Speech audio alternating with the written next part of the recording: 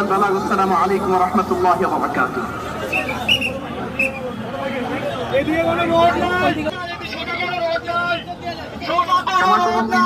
শুধুমাত্র আপনাদেরকে শান্ত করবার জন্য কিছু স্লোগান দেওয়ার চেষ্টা করেছি। আমি এই মুহূর্তে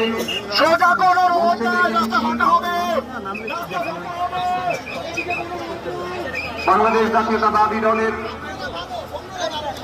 স্থায়ী কমিটির সদস্য জনাব সালাউদ্দিন আহমদকে আমি মঞ্চে আসার জন্য বিনীতভাবে অনুরোধ করছি।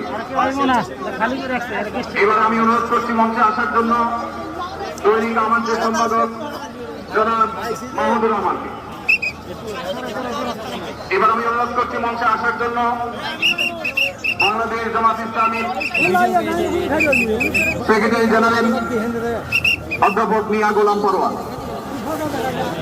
এবারে আমি মঞ্চে ডেকে নিচ্ছি ইসলামী আন্দোলন বাংলাদেশের নায়েবে আমির মুফতি ফয়জুল করিম হাফিজাউল্লাহকে বিনীতভাবে মঞ্চে আসার জন্য অনুরোধ করছি। এবার আমি মঞ্চে আসার জন্য অনুরোধ করছি বাংলাদেশ খেলাফত মজলিসের মাননীয় আমির জনাব মাওলানা মামুনুল হক হাফিজাউল্লাহকে মঞ্চে আসার জন্য বিনীতভাবে অনুরোধ করছি। জনাব মাহমুদুল হাসান সোহানকে মঞ্চে আসার জন্য বিনীতভাবে অনুরোধ করছি। জনাব লতিফুল ইসলাম শিবলিকে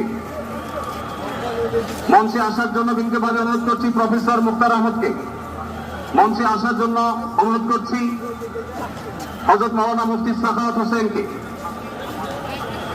মঞ্চে আসার জন্য বিনীতভাবে অনুরোধ করছি। হেফাজতে ইসলাম বাংলাদেশের মহাসচিব হযরত মাওলানা সাজিদুল ইসলাম সাহেব অনুরোধ করছি। জনাব নুরুল হক নূর ভাইকে, গণ অধিকার পরিষদের নুরুল হক নূর ভাইকে। এরপরে আমি বাংলাদেশ জাতীয়তাবাদী দলের অন্যতম নেতা সৈয়দুদ্দিন চৌধুরী এনিকে মঞ্চে আসার জন্য বিনীতভাবে আহ্বান করছি। এরপরে ইসলামী আন্দোলন বাংলাদেশের মহাসচিব অধ্যক্ষ ইউনুস হাফিজাউল্লাহকে আমি মঞ্চে আসার জন্য বিনীতভাবে অনুরোধ করছি। এরপরে নেসারাবাদের হিসাব হযরত মাওলানা খলিল রহমান নেসারাবাদ